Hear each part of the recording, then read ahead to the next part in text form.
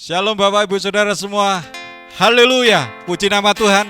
Kita boleh bertemu kembali dalam ibadah doa malam, disertai dengan Bible Study atau Bible Class. Kita percaya sampai detik ini Tuhan masih memberkati kita. Puji nama Tuhan. Kita akan awali ibadah kita pada malam hari ini bersama kita akan datang pada Tuhan. Terima kasih Bapa yang di surga, terima kasih untuk malam hari ini. Engkau begitu mengasihi kami, Engkau begitu memberkati kami Tuhan.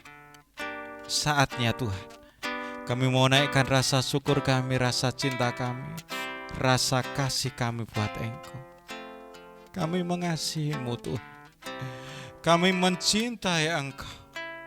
Kami mau memberikan yang terbaik dari apa yang boleh kami miliki Tuhan. Tubuh, jiwa maupun roh kami buat Engkau Yesus Kristus Tuhan. Terima kasih Bapa, terima kasih. Terima kasih Tuhan. Di dalam nama Yesus Kristus Tuhan, kami sudah berdoa dan mengucap syukur. Haleluya. Amin.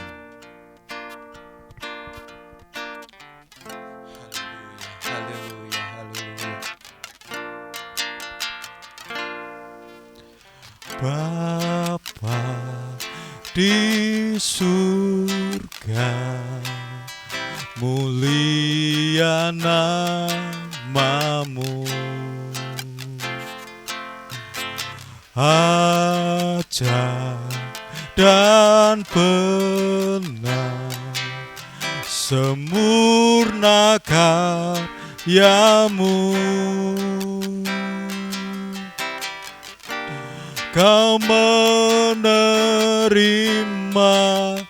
diriku apa adanya, dengan apa kan ku balas cinta-Mu,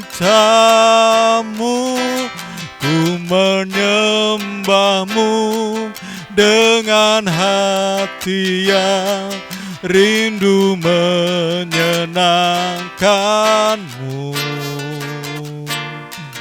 Bukan dengan emas, perak dan permata, ku datang untuk menyembah. Ku menyembah-Mu, bawa hidupku sebagai persembahanku, korban yang hidup, kudus dan berkenan di hadapan-Mu Tuhan.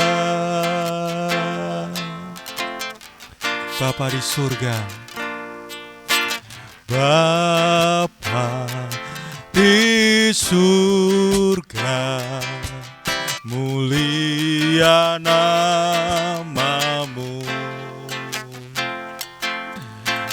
ajaib dan benar, sempurna karya-Mu. Kau menerima diriku apa adanya, dengan apa kan ku balas cinta-Mu, ku menyembah-Mu dengan hati yang rindu menyenangkan-Mu. Bukan dengan emas, perak dan permata, ku datang untuk menyembah. Ku menyembah-Mu, bawa hidupku sebagai persembahanku, korban yang hidup, kudus dan berkenan di hadapan-Mu Tuhan. Haleluya.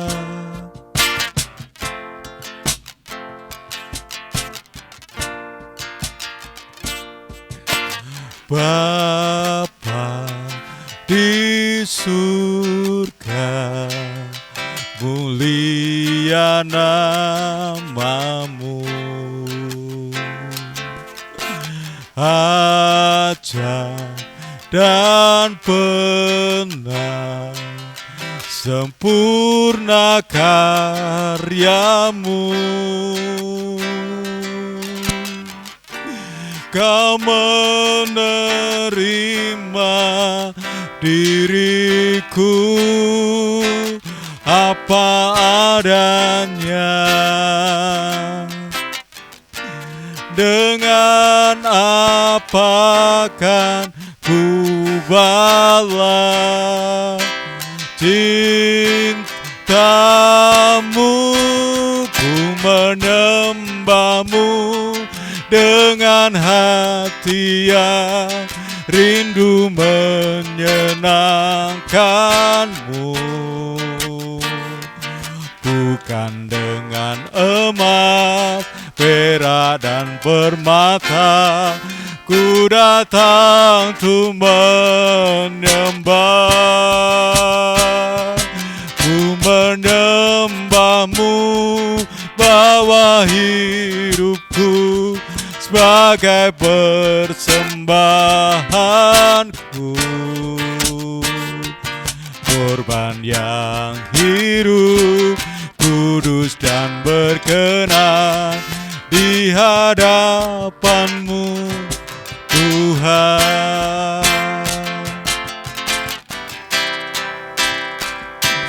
Ku menyembah-Mu dengan hati yang rindu menyenangkan-Mu, bukan dengan emas, perak dan permata. Ku datang untuk menyembah,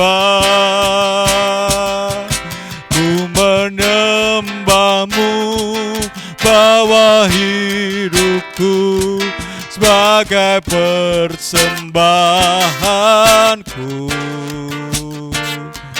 korban yang hidup dan di hadapan-Mu Tuhan.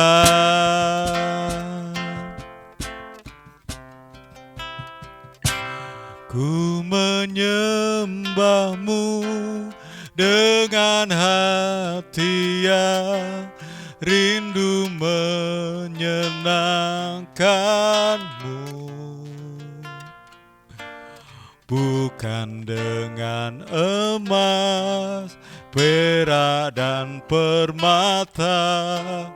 Ku datang untuk menyembah, ku menyembah-Mu, bawa hidupku sebagai persembahanku, korban yang hidup, kudus dan berkenan di hadapan-Mu Tuhan. Ku menyembah-Mu,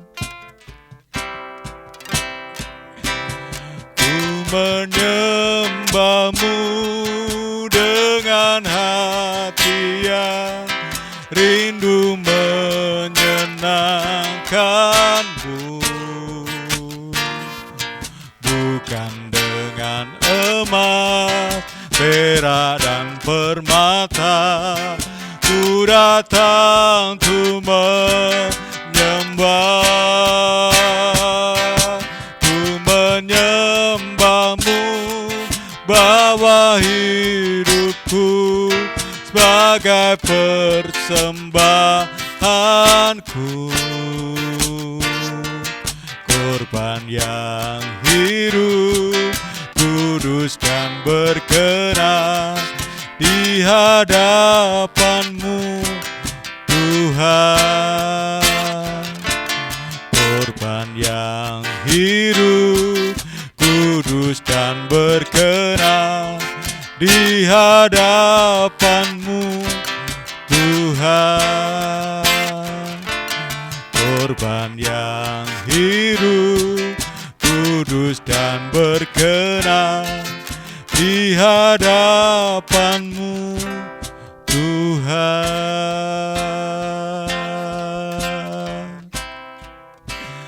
Haleluya, ku menyembah, ku menyembah. Oh, haleluya, ku sembah Yesus.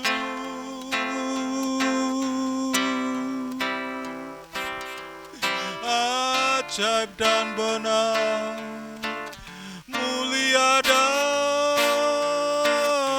agung. Haleluya, ku bawa hidupku untuk kami persembahkan.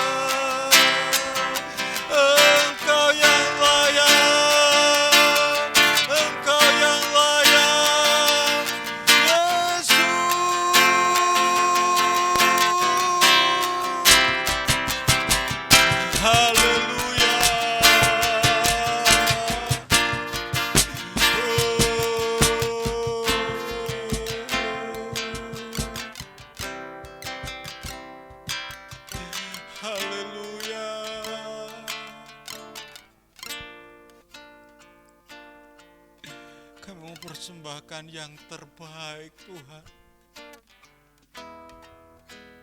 Kuberikan semua yang berharga, semua yang mulia.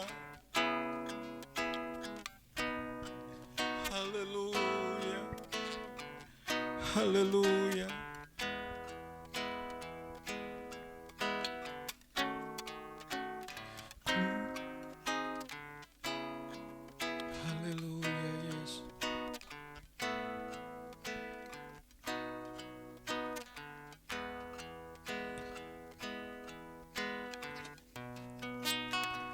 Ku berikan semua yang berharga, semua yang mulia, semua yang terbaik dari hidupku, hanyalah bagimu, hanyalah untukmu, hanyalah bagi kemuliaan-Mu. Ku berikan semua yang berharga, semua yang mulia, semua yang terbaik dari hidupku, hanyalah bagimu, hanyalah untukmu, hanyalah bagi kemuliaan-Mu. Haleluya. Telah ku dapati kasih yang sejati, yang mampu mengubahkan hatiku. Kasih yang Kau beri jauh melebihi segalanya di dalam hidupku. Ku berikan semua yang berharga, semua yang mulia, semua yang terbaik dari hidupku, hanyalah bagimu, hanyalah untukmu, hanyalah bagi kemuliaan-Mu. Ku berikan semua yang berharga, semua yang mulia, semua yang terbaik dari hidupku, hanyalah bagimu, hanyalah untukmu, hanyalah bagi kemuliaan-Mu, hanya bagi kemuliaan-Mu, hanya bagi kemuliaan-Mu.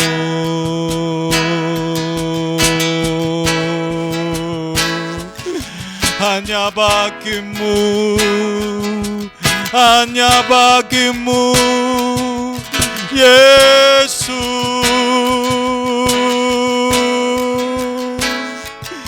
yang terbaik Tuhan, yang terbaik.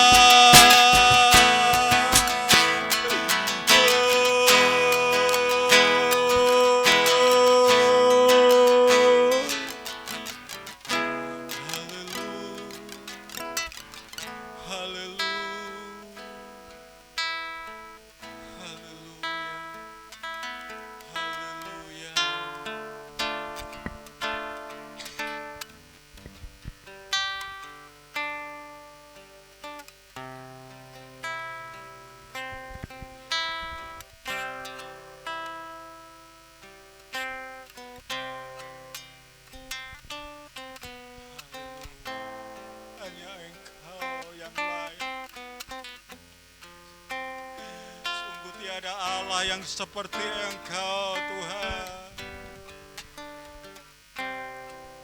Kami beri kemuliaan buat Engkau. Kami beri sanjungan buat Engkau. Terima kasih Bapa. Haleluya Yesus.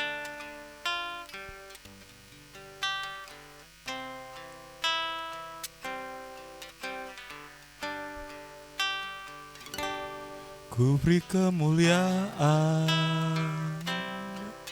dan hormat, ku angkat suara pujian, ku agungkan namamu, ku beri kemuliaan dan hormat, ku angkat suara pujian, ku agungkan namamu, sebab Kau besar, perbuatanmu ajaib, tiada seperti Engkau, tiada seperti Engkau, sebab Kau besar, perbuatanmu ajaib, tiada seperti Engkau, tiada seperti Engkau.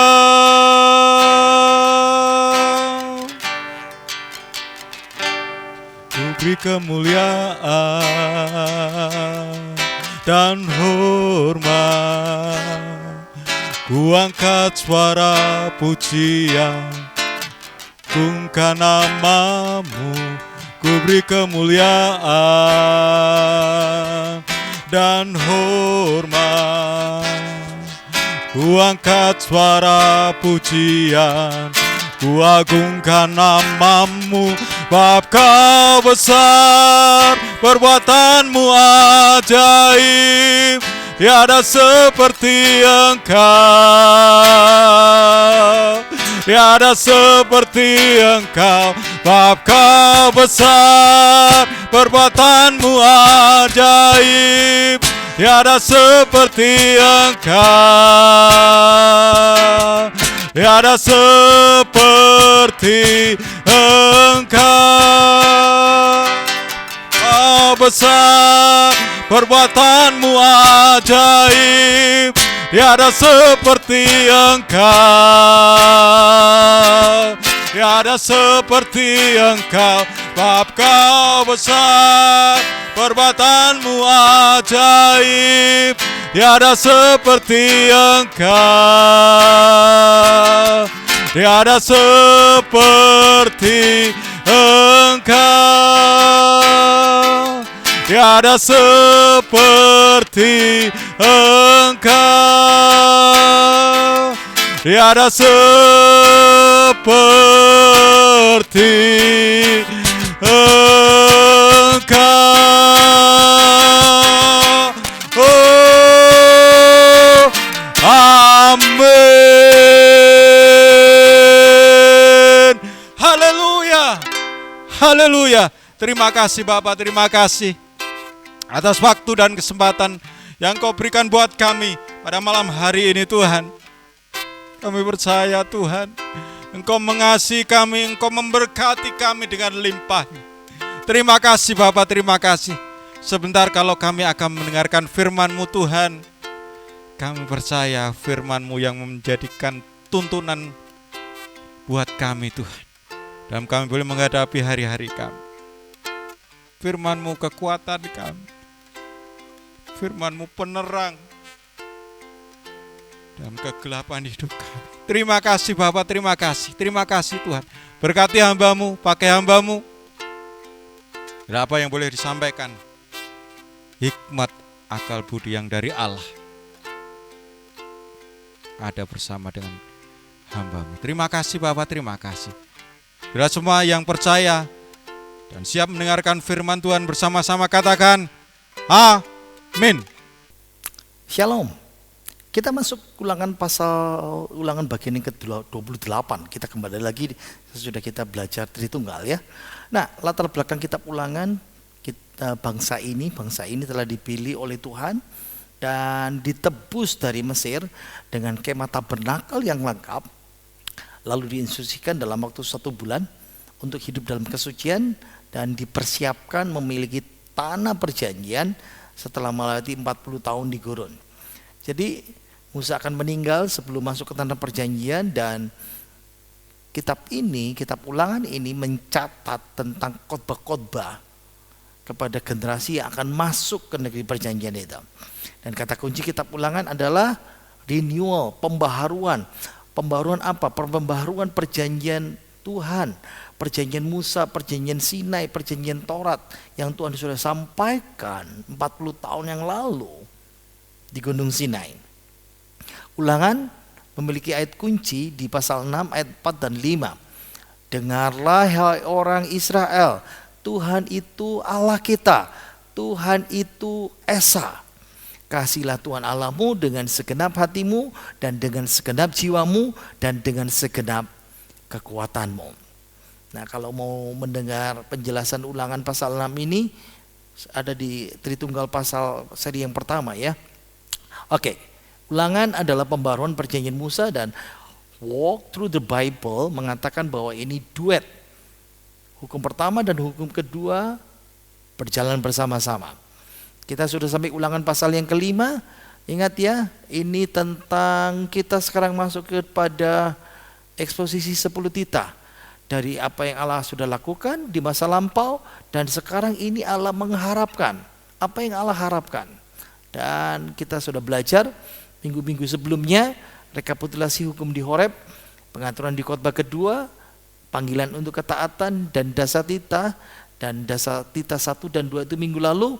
Minggu ini hanya 1 ayat saja, hanya 1 ayat, titah yang ketiga. Kita lihat Ulangan pasal 5 ayat yang ke-15. Jangan menyebut nama Tuhan Allahmu dengan sembarangan, sebab Tuhan akan memandang bersalah orang yang menyebut namanya dengan sembarangan. Nah, biasanya kan selalu di bagian belakang, tapi karena penjelasannya 1 ayat teologisnya, makanya semuanya berbicara tentang penjelasan teologis, lalu penerapan ya.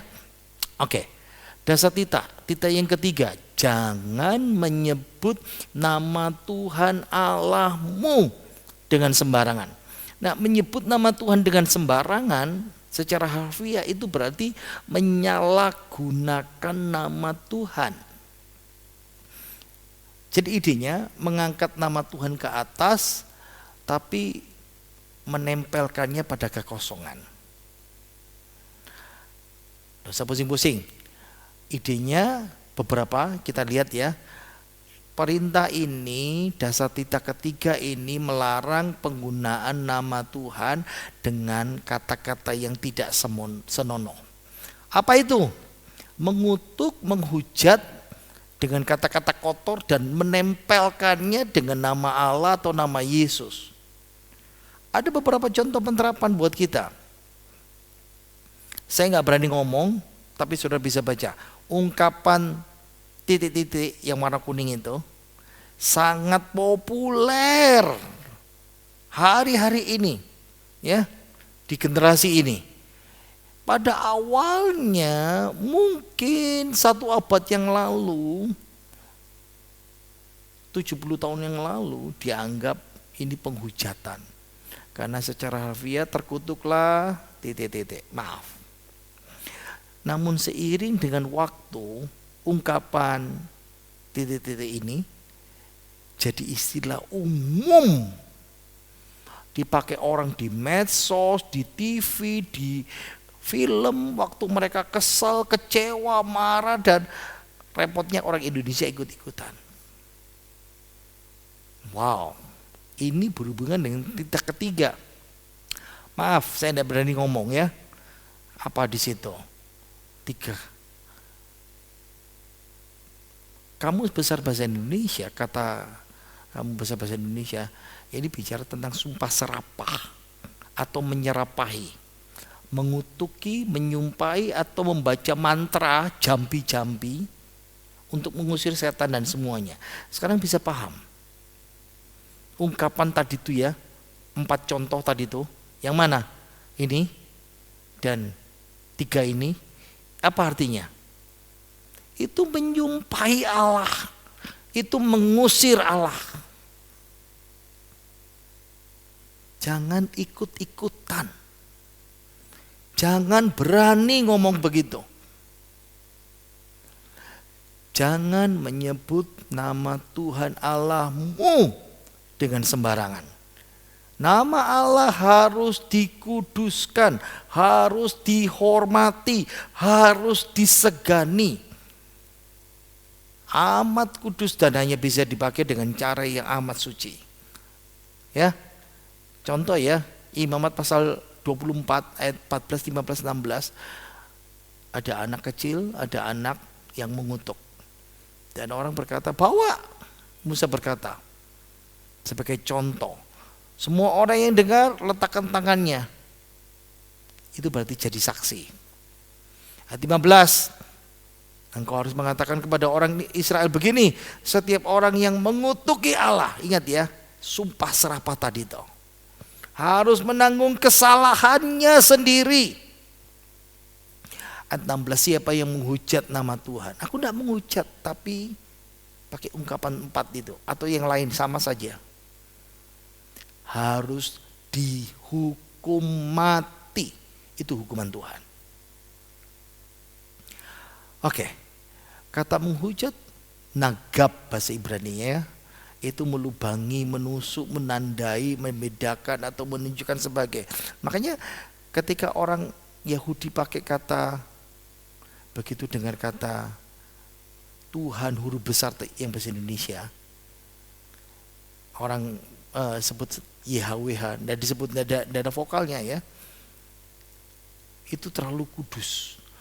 Makanya mereka ganti namanya dengan kata Adonai. Begitu baca dalam Alkitab mereka bahasa Ibrani, lalu muncul tetragramaton itu, nama yang kudus itu jangan menyebut nama Tuhan Allahmu dengan sembarangan, karena mereka takut kudus.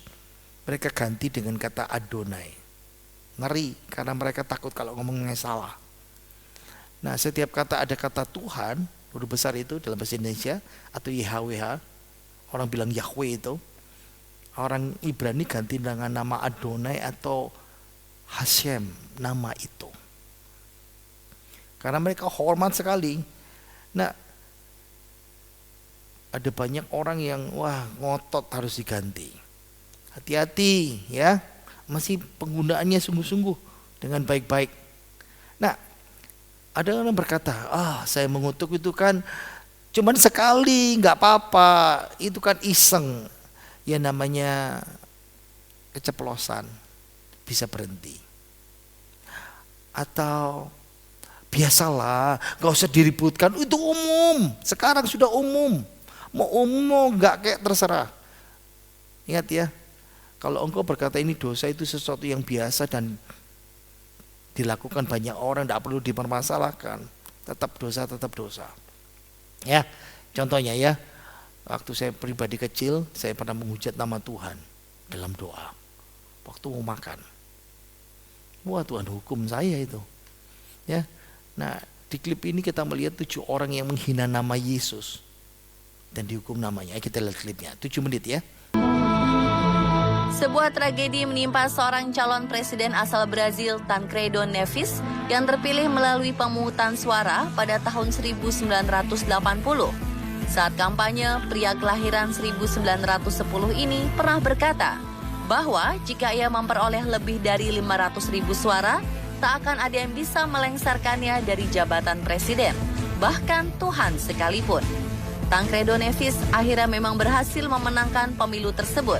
Namun ironisnya, sehari sebelum ia dilantik menjadi orang nomor 1 di Brazil, Tancredo Neves meninggal karena komplikasi operasi yang ia jalani beberapa hari sebelumnya. Dalam perjalanan hidupnya, Tancredo Neves memang tidak dilengsarkan dari jabatan kepresidenannya, melainkan ia terlengser dari kehidupan oleh kuasa sang penguasa kehidupan sebelum Tancredo Neves menyentuh kursi kepresidenan secara resmi.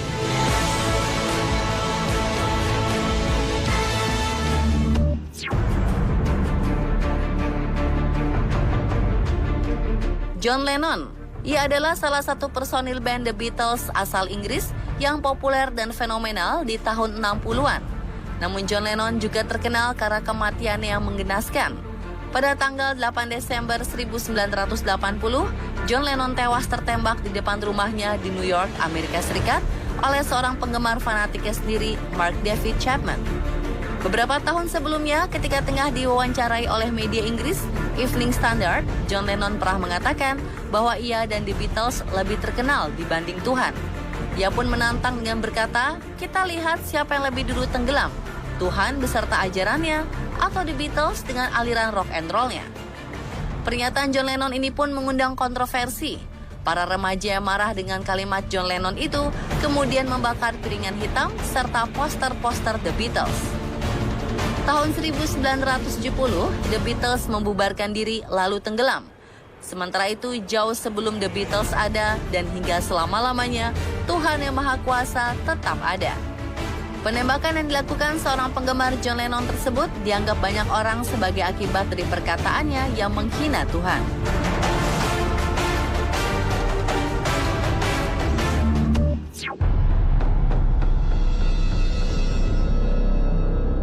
Siapa yang tidak kenal Titanic? Salah satu kapal terbesar di dunia yang pernah ada, yang terkenal karena kecanggihannya pada zamannya. Dan Titanic juga terkenal karena berakhir dengan tragis. Kapal tersebut merupakan mahakarya Thomas Andrew, seorang arsitek terkenal yang sangat detail dan perfeksionis dalam berkarya. Ketika pembangunan Titanic selesai, seorang reporter pernah bertanya pada Thomas Andrew, seberapa amankah kapal ini untuk berlayar di Samudra Atlantik? Dengan sombong, Thomas Andrew menjawab, bahkan Tuhan pun tak bisa menenggelamkannya. Pada tanggal 10 April 1912, untuk pertama kali kapal Titanic berlayar menuju Amerika Serikat dari Eropa. Namun 4 hari kemudian tak disangka-sangka, kapal mewah ciptaan Thomas Andrew tersebut menabrak gunung es yang merupakan ciptaan Tuhan Yang Maha Kuasa. Lambung kapal itu robek hingga akhirnya tenggelam di Samudra Atlantik Utara.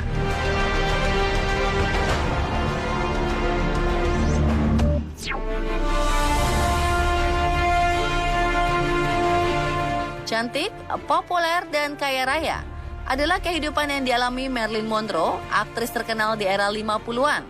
Namun sayang di balik segalanya itu, ia mengalami kehidupan keluarga dan percintaan yang pahit. Suatu hari ketika Marilyn tengah syuting sebuah acara, ia dikunjungi oleh seorang pendeta bernama Billy Graham. Menurut hamba Tuhan itu, ia datang mengunjungi Marilyn karena mendapat panggilan dari Tuhan. Aktris yang kala itu dikabarkan dekat dengan Presiden Amerika John F. Kennedy menolak mentah-mentah kehadiran sang pendeta. Dengan angkuh, Marilyn berkata bahwa ia tak butuh Tuhan. Tragis, seminggu setelah pertemuannya dengan pendeta Billy Graham, Marilyn ditemukan tewas dalam apartemennya. Banyak teori yang mengatakan bahwa Marilyn dibunuh sebagai konspirasi politik. Namun teori yang diakui hingga kini adalah Marilyn bunuh diri dengan menenggak obat tidur dalam jumlah besar. Bukan rahasia lagi bahwa wanita cantik ini mengalami depresi berat akan masalah kehidupan pribadinya yang berantakan. Padahal sebenarnya di saat tertekan itulah Marilyn Monroe membutuhkan Tuhan untuk menolongnya.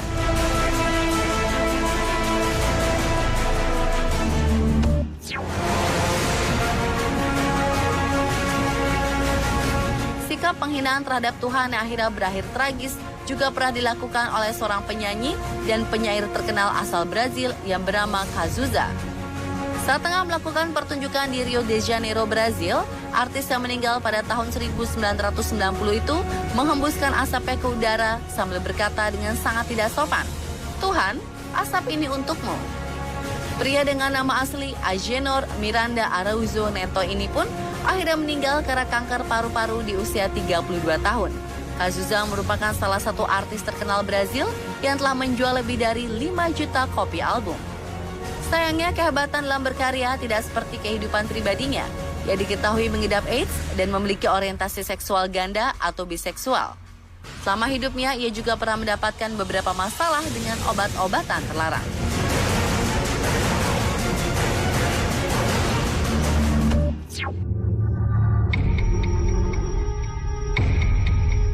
Pada 2005, di Campinas, Brazil, sekelompok remaja yang tengah mabuk pergi untuk menjemput seorang temannya. Ibu dari remaja yang dijemput ini khawatir melihat sang anak yang pergi bersama teman-temannya yang mabuk. Ia pun berpesan pada anaknya semoga Tuhan bersamanya dalam perjalanan.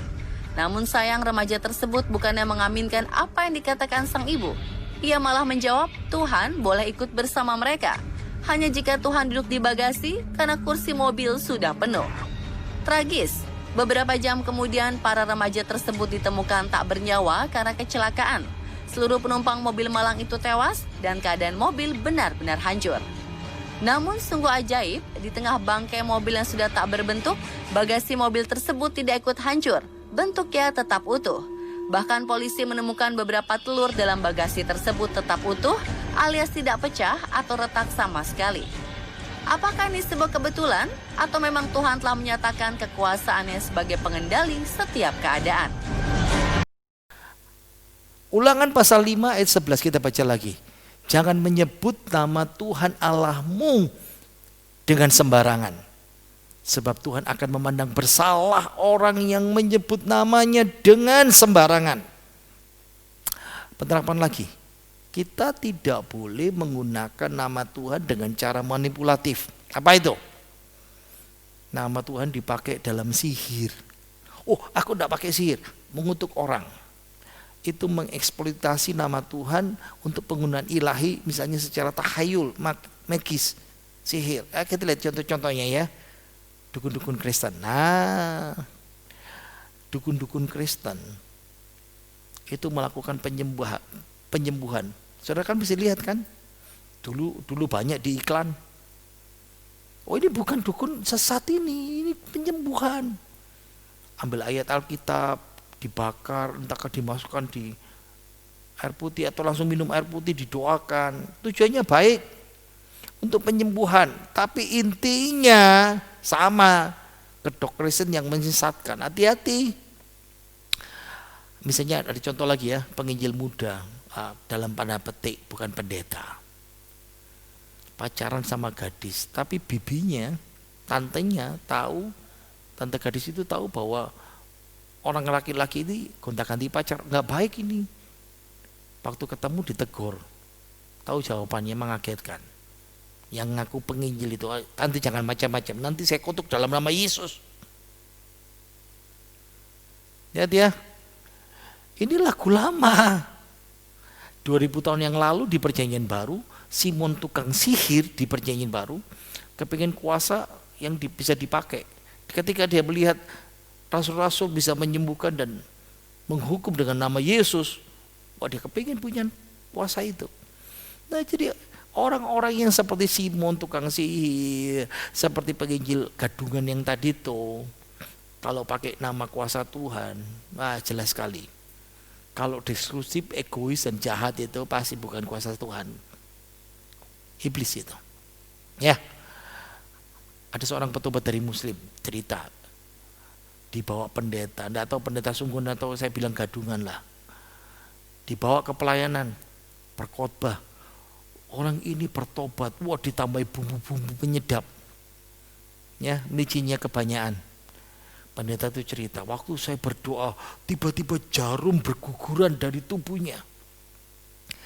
Jadi waktu perjalanan pulang, petobat baru ini dia bilang, Pak Pendeta, dulu waktu Bapak berdoa sama saya kan ada jarum jatuh kok. Kenapa Bapak khotbah saksinya seperti itu? Oh, itu kan bumbu. Saya sengaja sugesti mereka. Hati-hati dengan memakai nama Tuhan. Jangan melebih-lebihkan. Ya, ingat, apalagi tren nabi palsu. Ini trending hamba-hamba Tuhan di masa kini. 2 minggu yang lalu, ya, pembacaan ayat Alkitab sudah sampai Yeremia pasal 27. Saya jadi ingat waktu persiapan firman Tuhan ini. Janganlah dengarkan perkataan nabimu, nabi-nabi yang berkata kepadamu. Karena nabi-nabi ini menentang Yeremia. Yeremia menubuatkan Tuhan menghukum engkau karena engkau berbuat menjauhi, membelakangi engkau, karena engkau menyembah berhala. Dan Yeremia berkata engkau harus tunduk kepada Babel supaya tidak dibinasakan. Tapi ada lawan-lawan Yeremia yang bernubuat Nah, nabi-nabi palsu itu apa? Jangan tak mau takluk kepada Raja Babel, menentang Yeremia. Dan Yeremia berkata apa? Sebab mereka berbuat palsu kepadamu. Ayat 15 Yeremia berkata apa? Sebab aku siapa? Tuhan tidak mengutus mereka nabi palsu.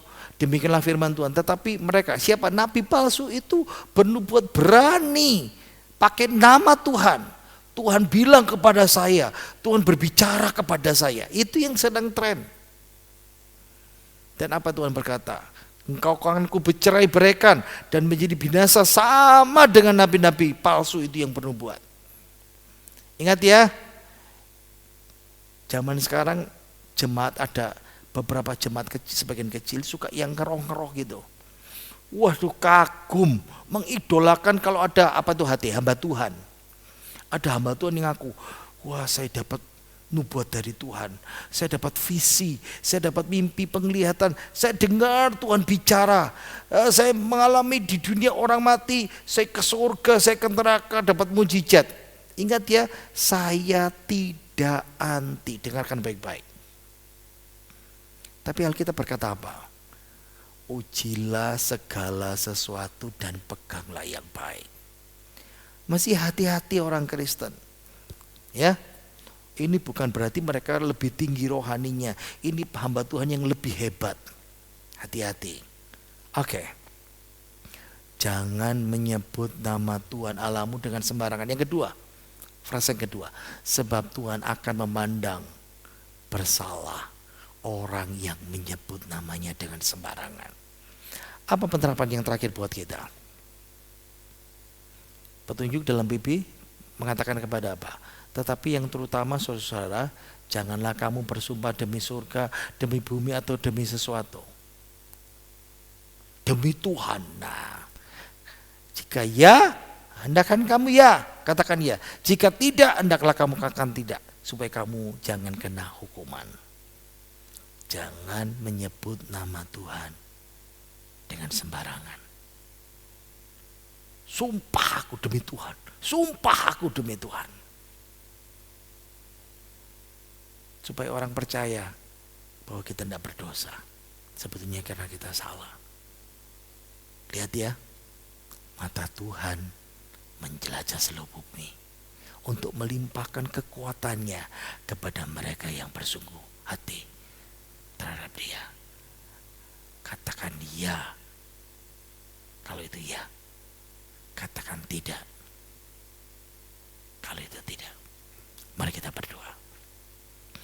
Kami bersyukur Tuhan, pada hari ini kami belajar tentang titak ketiga. Apa yang Tuhan harapkan dari kami. Biarlah kebenaran-Mu yang jelas di depan kami bisa mempraktekkan dan kami bisa melakukan. Karena kami tahu ini adalah kehendak-Mu yang luar biasa buat kami. Berkati anak-anak-Mu yang sudah ikuti ibadah dan belajar firman-Mu. Berkati hamba-Mu, urapi berikan kekuatan kesehatan buat kami semuanya. Terima kasih untuk hari ini. Dan kiranya Tuhan memberkati kesehatan kami, berkati hidup kami, berikan kekuatan, berkat rohani jasmani, berkati anak cucu menantu kami, berkati semuanya Tuhan. Mari kita buka tangan kita. Sekarang terimalah berkat yang melimpah dari Bapa Putra Roh Kudus, berkat dalam kehidupan kita, rumah tangga kita, pekerjaan kita, usaha pekerjaan, toko ibadah dan pelayanan kita. Dan kiranya Tuhan menyertai kita di dalam nama Tuhan Yesus Kristus. Dan kita semuanya percaya berkata, amin. Tuhan Yesus memberkati kita semuanya. Jangan lupa untuk memberikan persembahan. Jangan datang ke hadirat Tuhan dengan tangan hampa. Berikan persembahan saudara hari Jumat di nomor rekening gereja, nomor di sebelah, dengan menambahkan Rp1. Membedakan persembahan Minggu dan persembahan Jumat. Tuhan Yesus memberkati kita semuanya.